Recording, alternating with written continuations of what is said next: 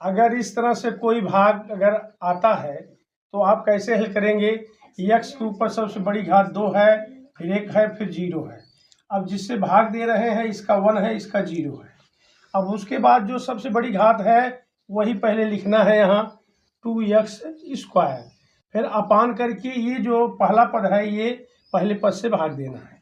ये पहला पद, ये दूसरा पद, तो ये पहला पद उतारे हैं तो पहले पद से भाग दे रहे हैं। अब उसके बाद 2 गुणे x 2 बार है, 2 बार गुणा करो अपान x, तो कितना हुआ 2x। ये आपका क्या हुआ, ये आपका बार चला गया।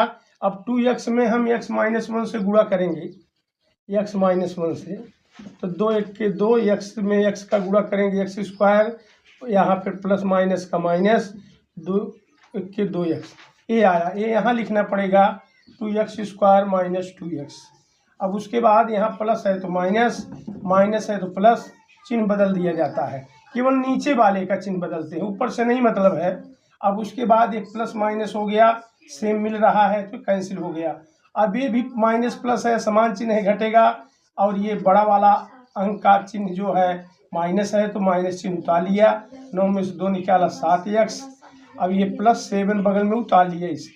अब उसके बाद फिर पहला पद उतार लेते हैं -7x अपान, फिर x से ही भाग देना है। ये क्रियाएं बार बार ऐसे करते रहेंगे। अब उसके बाद जो है -7 मिला, अब -7 जो है यहाँ बार चला गया। अब -7 में फिर x - 1 से गुणा करेंगे।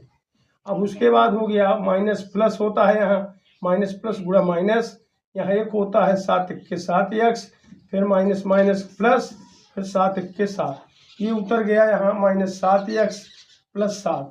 अब यहाँ माइनस है तो प्लस, यहाँ प्लस है तो माइनस, ये भी असमान चिन्ह है, 7 में 7 गए कुछ नहीं, और ये भी 7 में 7 गए कुछ नहीं। ये आपका रिमाइंडर आया, ये आपका क्वोशिएंट आया।